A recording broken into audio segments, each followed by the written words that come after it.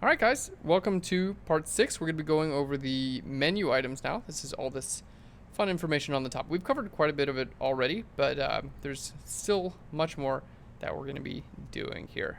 So let's go ahead and start off with Photoshop. We're going to go over the things you actually need to know. There are some things that in here that you just don't really, you'll never have to really work with, including all of those. Okay, let's go starting off with File. New document, open. We've worked with browsing in Bridge, which we don't really use. You can use Open Recent, which will allow you to open your recent documents. It's a pretty good way. If you're working on a couple things, you could just go to Open Recent. Close All, close and go to Bridge. Don't really use that. Save and then Save As. So save is basically, we're going to be working with this in a bit later, but this will allow you to save it just as is, and then you can save like different file types. So save as a JPEG, save as a PNG, or whatever. And then Save for Web is really great for actually putting on the web. Place is actually relatively convenient. If you do place something, you can actually place like this TIFF inside of your other document. So you don't have to like open it and move it and everything like that. It will place it as a smart object. So if you want it to not be a smart object, you have to right click and go to rasterize layer, and now it is not a smart object. I don't use smart objects too often, and that's a little bit more than we're going to cover today for the 101, but just keep in mind that's how you rasterize them. Okay, you can definitely import video frames, things like that. You can export, if you do any animation, you can export out video, but we're not going to cover that today. And new with Photoshop CC, you can share directly on Behance, which I'd be very curious to see how many people actually go to File and share on Behance in Photoshop, because I just don't see that many people doing that. But hey, glad it's there. Automate. We have a lot of interesting things here. Really, the merge to HDR Pro is pretty good if you do take bracketed images as well. Photo merge will allow you to make panoramas and things like this. I really don't use these too much. I mean, we're looking at Photoshop for photographers, and most of these things we just don't use that much. As far as the scripts go, load files into Stack is pretty much the I would use this one 90% more than pretty much everything else. Like flatten all masks and flatten all layer effects and things like that. That's just not something you guys are going to be doing that often. File info, print, and then print one copy. You guys, file info just tells you, hey, look at this camera data. This is shot with a 5D Mark II at 24 to 105 at 28 millimeters. So if you want to look at that, you can do that too, but you probably took those pictures anyway, so you don't really need to do that. All right, let's go to edit. Step forward and step backward. This is has to do with your history. Undo state changes, just like Command Z will go back, and then if you hit Command Z, it'll go forward again. Paste and then space special, you can like paste into a place. Like if you have a selection active, you can paste into that selection. Check spelling, which is nice if you're doing a lot of typing, which generally I don't do that in Photoshop, but if you want to, you can totally do that. The puppet warp is, I'll just show you guys how that works real quick. Let's create a new layer. I'm going to hit Shift Option Command E to make it snap visible. This is, one of those things that they add to Photoshop to like sell Photoshop, You can like click in a couple places and then you can warp things around. So like if I wanted to click on her leg, I can warp her leg, but the rest of her is supposed to stay in about the same place. Make her legs a little bit longer. Make her neck a little longer maybe. Well, that's just gonna make her head look weird. Yeah, let's hit that checkbox and see what it did. Cool, so you can do that if you want to. I don't know what to say. They put it in there, I think, just to sell the program, because I don't think professionals actually use that tool, but I could be wrong. Content aware scale. This actually can be kind of nice. If you do want to scale some things, it'll try to like keep an idea of like where the content is, so you can actually like scale things out. And for the most part, this actually can look better. You can do this. Edit. We'll go to content aware scale. You can have it protect like people, like skin tones, so it should leave them alone, but actually it's just a lot worse, so never mind. The free transform, that's just hitting Command T. And this is what comes up if you hit Command T and then right click. You can define this a pattern, like this whole image is a pattern, then you can go with fill with pattern, or like you could just define this as like, you know, hey, that's a nice pattern there. And then you could create a new layer and then hit Shift Delete, and you could fill with a pattern and choose this one. And you could then choose a crossweave scripted background and then do that. Again, if you guys are editing photos, not as useful.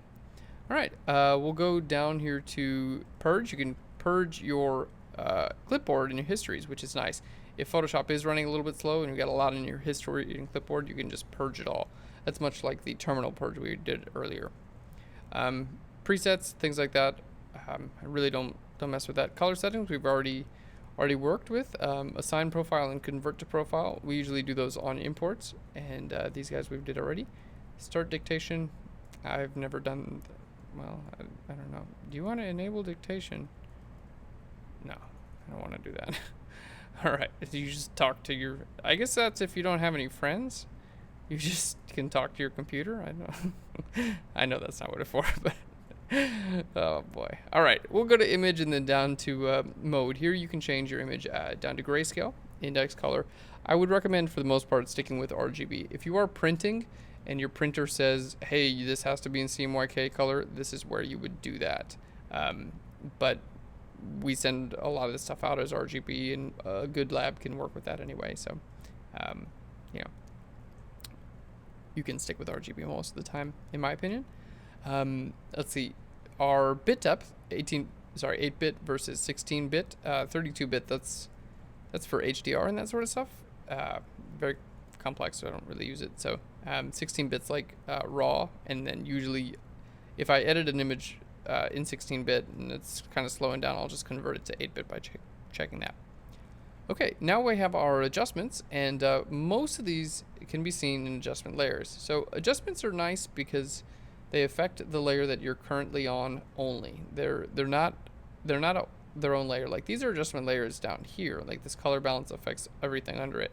But if I went to like a, you know, well, we are on a stamp visible layer. But if I went to one of these, it would affect only the layer that I'm currently on. So I'll just show you guys how that works. A new layer here, and we'll just color that in. There we go. So if I went to image adjustments and then hue saturation, well, it wouldn't affect everything under it. It would just affect that layer, which can be useful, but for the most part, you want to use adjustment layers. There are a couple that are only available, they're not available as adjustment layers. Things like shadow / highlight. And this actually can be pretty interesting, especially if you're dealing with something that has a lot of deep dark shadows. I would recommend turning on more options and playing with like your tonal width and your radius, because you're going to get some more interesting things going on in there. Let's see the preview before and after. We can leave that on. There we go. Let's say we like that, but see, I can't change the opacity of that because it's not its own layer. But what you can do is go to edit, and then you can go to fade, and this is like being able to fade that last thing you did. But I can't do this in 10 minutes. If I've already edited stuff, I have to only fade the last thing that I just did. So we can choose that and be like, you know what, I want to fade it out a little bit more. There we go. But I have no choice after this. Like if I create a new layer and stuff like that and use my brush tool, I can't go to like, now it's going to say fade brush tool. It's not going to say fade that other effect. So, just keep that in mind. All right, moving on. So adjustments, yeah, some of these things are only available in there, and this is really the only one that I would use that is not available. Okay, auto tone, contrast, and color. I don't know. Auto color, I stay away from this. Like, of course, that's wrong. Like, why would I want that to be the color of my image? Image size can be helpful if you're sizing something for the web or whatever. You can just change your image size, or you can have it be a specific size, 4x6. Hey, there we go. That's a 4x6 now. Yeah, it can be really helpful, especially for exporting things like that. Canvas size is actually a little bit different, and you can like bring in your canvas a little bit, which will or extend it out. Let's just say you want to, from the left to the right, you want to bring your width up, and then now you actually have more canvas to work with. So you can play around over here too. All right, let's undo that. There we go. And trim, I don't know. I've never used that before. Reveal all will just show everything. Like if you have cropped, let's say we crop in like that, and we're like, man, that's the best crop ever. I really nailed that one. And then someone comes and says, actually, that's horrible. You can go, oh, because I didn't hit delete crop pixels. I can go to image, reveal all, and I got it back. There we go. All right, duplicate. You can duplicate this entire image or just a layer if you want to. You can also right click on a layer and go to duplicate layer. There we go. All right. Apply image is basically the same thing as stamp visible. If you hit OK. Well, if you're on a new layer, I should say, it is the same thing as stamp visible. There we go. Okay. And otherwise, it will just apply the current layer right over top of the layer you're on. Pretty cool. I use it a lot for layer masks. All right. And variables, it's all that stuff is just beyond 101. I don't even know how to use it, so it's well beyond 101. It's beyond 202 too, because I don't even know how to use it. All right. Next we have our layer. We can create a new layer. We know how to do that already. Copy CSS. I think that was done for Adobe CC. Haven't really worked with that. Duplicate layer. We can delete the layer. We can just delete the hidden layers, which is cool. Rename the layer. Layer style. We've gone over these as well. A new fill layer. Fill with a solid color. We've done that. New adjustment layer. We've looked at these as well. These are right down here, if you guys remember. Layer mask. We can make a reveal all, which is like that would make a white layer mask. Hide all would make a black layer mask. A vector mask works with things like paths. You can create vector masks on paths. And a clipping mask we did as well, making one layer visible only where another is. All right, we're going to just jump over smart objects because those are, you do not need to use those for almost anything you're going to be doing. It's a little bit more advanced, and for regular photo editing, smart objects are just not really that necessary, to be honest. All right, looking great. Grouping layers, we showed how to do that. Arranging, sending all the way to backwards and forwards, so that's like bringing a layer up or down. All right, merge visible, we'll just take everything you have and put it onto one layer and flatten image. Sorry, this will take everything that's visible and put it on one layer. Flat image will just make everything one layer. I don't recommend doing that ever, because why would you create something that has a bunch of layers if you plan on flattening them? Type is basically the same thing we looked at earlier. Character and paragraph styles. We definitely looked at those. Select, we've looked at pretty much isolate layers. That's interesting there. Okay, we can turn this off or on based on the kind. So this is under select. This will be isolate layers. So this is something we haven't talked about yet. This is new to CS6, by the way. If you want this to only be, like image layers, you can do that. Only adjustment layers will show up there. Only type layers will show up there. And this is like shape layers, and this is like, I guess, smart objects. So pixel layers, it's all showing up there. You type in a name of your layer if you want.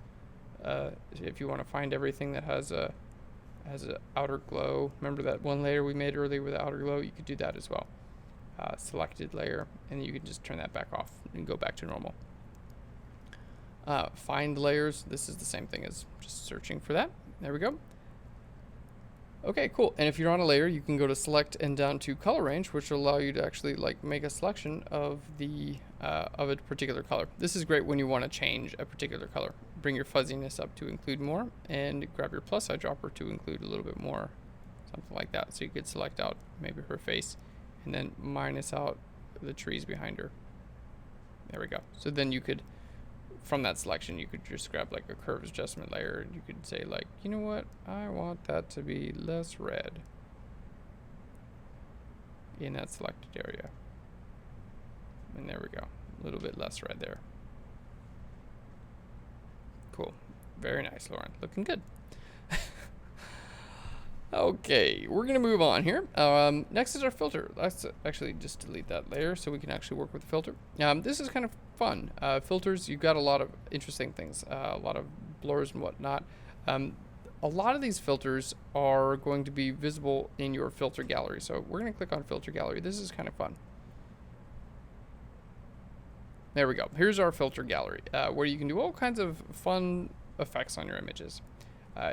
You can open this up and you can put an artistic colored pencil look to your image, or a dry brush if you want to do that. You can make it look like it was painted with a brush. Make your brush size a little bit larger.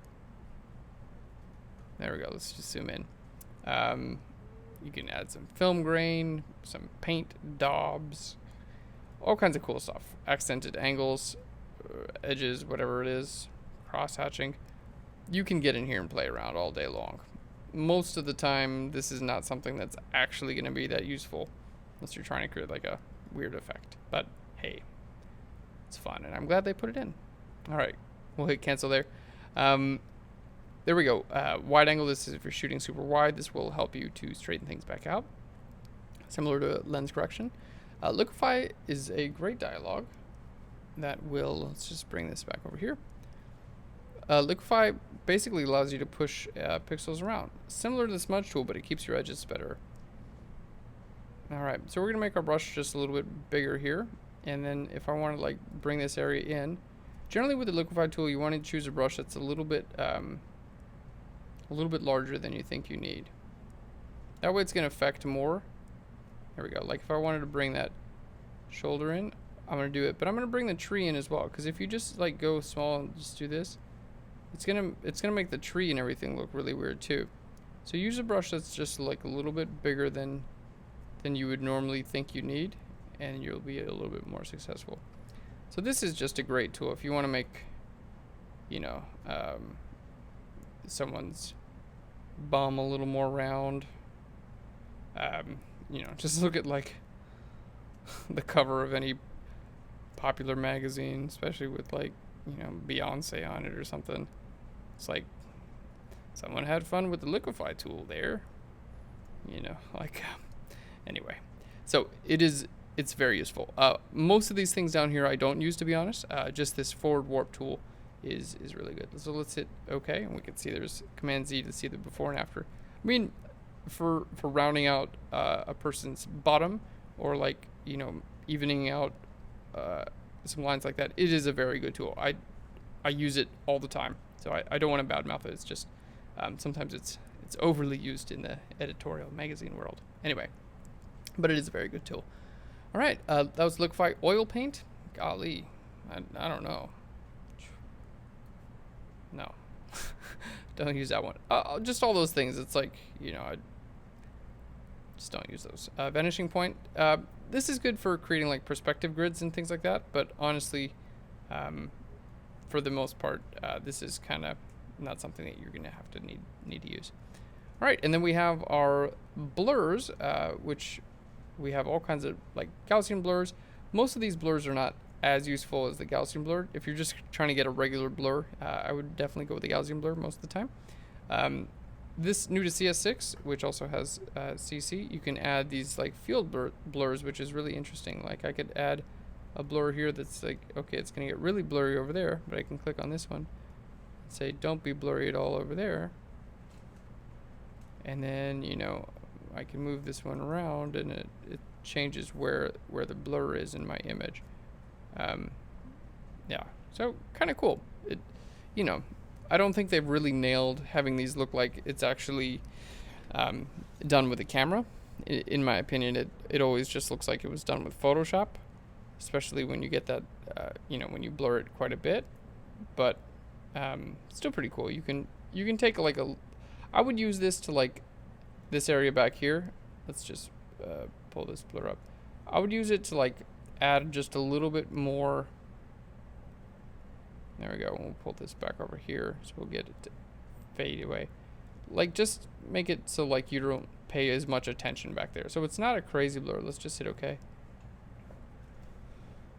And Yeah, so it's just like a little blur. I would probably go even less than that, to be honest. But anyway, kind of some interesting blurs that we've got going on. All right, distortion. You guys are not going to be doing these things much. If you want to add a ripple distortion to your image, then go right ahead. But it's a lot of these are just for effects and things like that. All right, noise. This actually can be relatively nice to add some noise to your image if you are looking for just bring that amount down quite a bit. If you're looking for like a film grain type of look, a little bit of noise actually can be really nice. All right, and then you can reduce noise as well, but usually that does not work as well as adding noise. It's easier to add than to take away. All right, and this sort of stuff, a lot of this is actually in the filter gallery as well. So you can see like, cool, on the next Monet. Very nice. Stylize. A lot of this stuff is in the filter gallery, so I would recommend playing there. And a lot of it's like, I mean, you wouldn't take like a senior portrait and then like, do this to it. Like the parents are going to be like, what? No, I'm not going to pay for that. That looks like you were high on acid when you did that. So they're cool, but some are a little bit less useful than others. All right. And there we go. 3D we're not going to touch on. View, proof setup. If you are working with a proof colors, there we go. If you're working with like a color profile that you're matching to a printer or something like that, this is a good way to do that. Zooming in and out, we've already played with that. Full screen, we played around with that.